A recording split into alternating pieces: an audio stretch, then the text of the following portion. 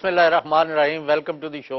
हम मुल्क की सियासत डिस्कस कर रहे हैं और हमारी बड़ी खुशकिस्मती समझें कि पाकिस्तान तहरीक इंसाफ के सदर जनाब मोहम्मद जावेद हाशमी, जिन्होंने मैं तो मखदूम मोहम्मद जावेद हाशमी कहता हूँ, लेकिन वो कहते हैं जी मखदूम ना कहे, भाई जो आप हैं वो तो कहना ही पड़ेगा। और ये 35-40 साल से सियासत में है। बांग्लादेश नामंजूर तहरीक से इनकी जहाद और जदोजहद शुरू हुई और आज तक जारी है। 8-10 साल जेलों में और फिर कैद व बंद और तशद्दद और वो कौन सी तकलीफ़, मुश्किल और सऊबत है जो इन्होंने बर्दाश्त ना की हो, लेकिन जिसको सही समझा उस पर डटे रहे और अपने नज़रियात की कभी कुर्बानी नहीं की और ना कभी मौका परस्ती का सबूत दिया। I am very fond of him and he is an asset for the country and the nation. Javed Hashmi साहब, thank you for your time. क्या हो रहा है मुल्क में? चौधरी साहब, मैं तो वाक़याती हवाले से जिक्र करूँगा। आप हमेशा से हुकूमतों के अंदर बाहर को जानते हैं अच्छी तरह से, आज से नहीं 30-40 साल से और बड़े बड़े करीब से। बदकिस्मती ये है कि आज भी बात करते हुए कोई खुशकुन तस्वीर नहीं खींची जा सकती पाकिस्तान की। और ये मैं दर्द दिल से कह रहा हूँ कि हर आने वाला दिन पाकिस्तान के लिए मुश्किलात पैदा करता है। हुक्मरानों के लिए तो मुश्किलात कभी होती नहीं है, सियासतदानों के लिए भी शायद ना होती हूँ, लेकिन पाकिस्तान के लोग, अवाम, गरीब, उनके लिए हर दिन मुश्किल का दिन है, तकलीफ का दिन है।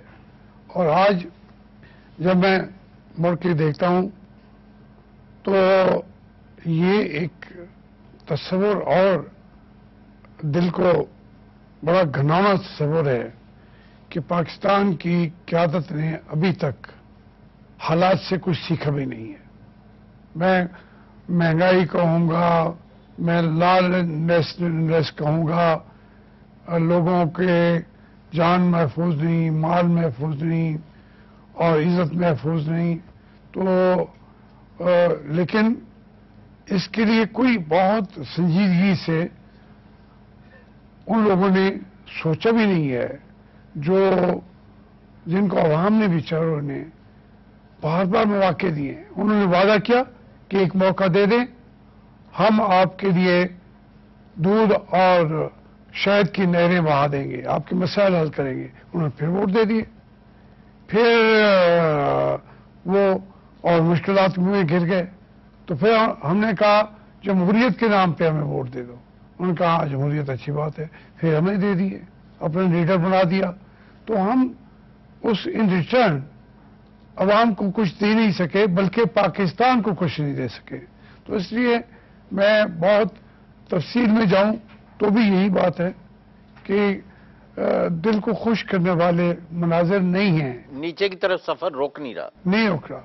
आप देखें 1954-55 में हमारी करेंसी की कीमत फ्रांस और स्विट्जरलैंड के करेंसी से ज्यादा थी। यानी अभी कुछ भी नहीं था, मुल्क भी कुछ नहीं था और फ्रांक के मुकाबले पे रुपया ज्यादा था। आज कहाँ स्विस और कहाँ ये फ्रांस और उनका फ्रांक कहाँ पहुंचे हुए हैं।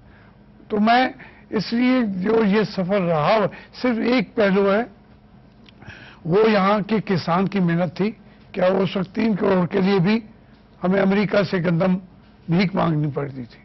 आज हम 18-19 करोड़ हो गए हैं, लेकिन वो गंदम ज्यादा प्रॉफिट पैदा कर रहा है। हालात उसको भी नामसाइद मिले हैं, लेकिन इसी तरीके से मजदूर जो है उन्होंने हमारी प्रोडक्शन पहले से 10 गुना ज्यादा बढ़ा दी है।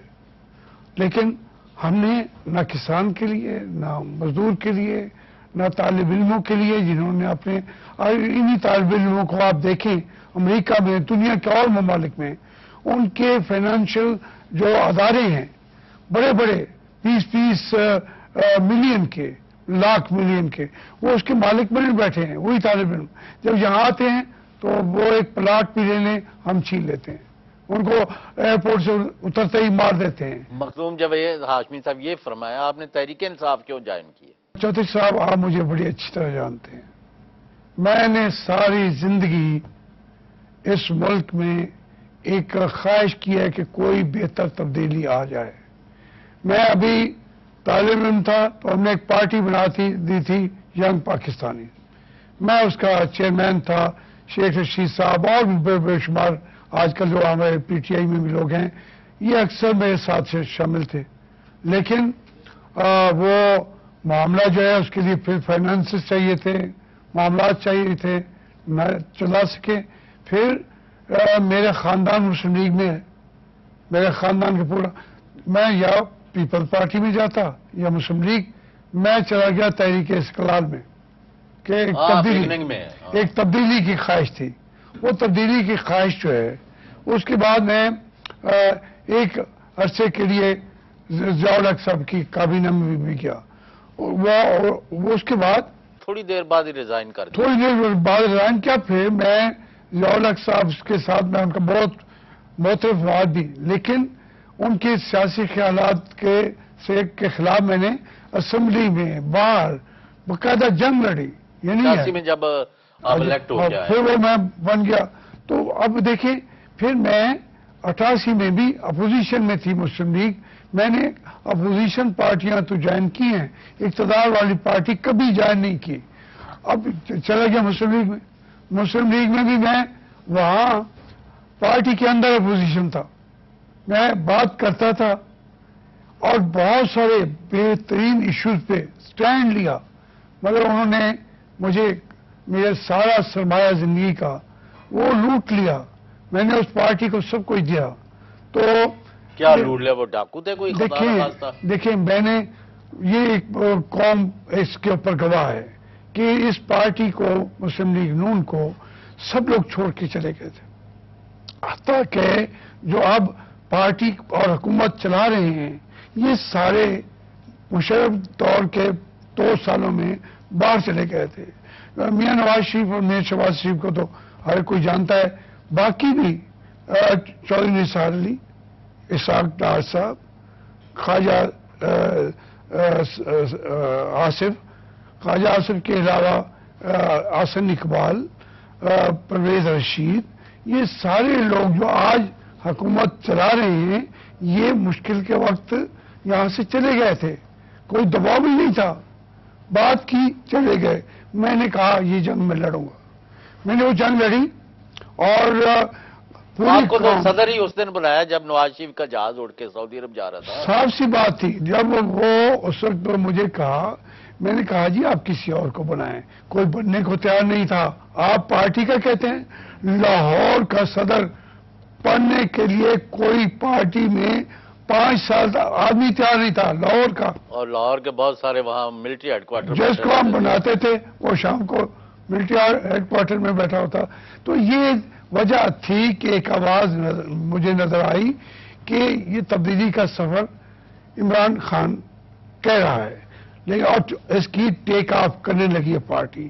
لیکن ایک اعتراض اس پہ بہت شدید آیا کہ یہ اسٹیبلشمنٹ کی پارٹی ہے، یہاں لوگ جو ہیں وہ آ گئے ہیں پرویز مشرف کے ساتھی، فیوڈل آ گئے ہیں، تو اس پر ایک آنسلاٹ جو پروپیگنڈا تھا اس کے خلاف، میں نے جو ساری دنیا میں ساری زندگی میں خواب دیکھے تھے، مجھے وہ تبدیلی بھی خطرے میں نظر آئی۔ میں نے کہا میں جا کے بیٹھوں گا، کوئی بتائے کہ میں کون سا اسٹیبلشمنٹ کا ہوں، کون سا فیوڈل ہوں، کون سا ہر اقتدار والی پارٹی کے اندر ہوں۔ تو اس میں تاکہ میں نے یہ سپورٹ دینی تھی، میں نے فیصلہ خود کیا اور میں نے ان کو کہا اور وہ ساری رات منتیں کرتے رہے، پھر آپ چلے گئے؟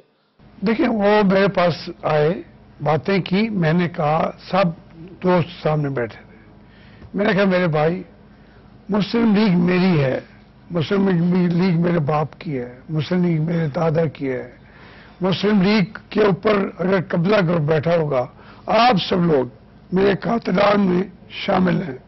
ایک ایک کا میں نے نام لیا، پرویز رشید کا نام لیا، خواجہ آصف کا نام لیا، اسی طریقے سے جو دوست، اب میں نہیں لینا چاہتا، سب کو میں نے کہا آپ میرے قاتل ہیں کہ نہیں۔ تو میں نے کہا اب یہ آپ ایک रस्म दुनिया के लिए बात कर रहे हैं, मैं तो फैसला कर चुका हूं और मुल्क के हक में जो सोचा है वो फैसला मैंने किया है। मैं इस वक्त, लेकिन वाई इमरान खान, उसको ही क्यों आपने लीडर बनाया?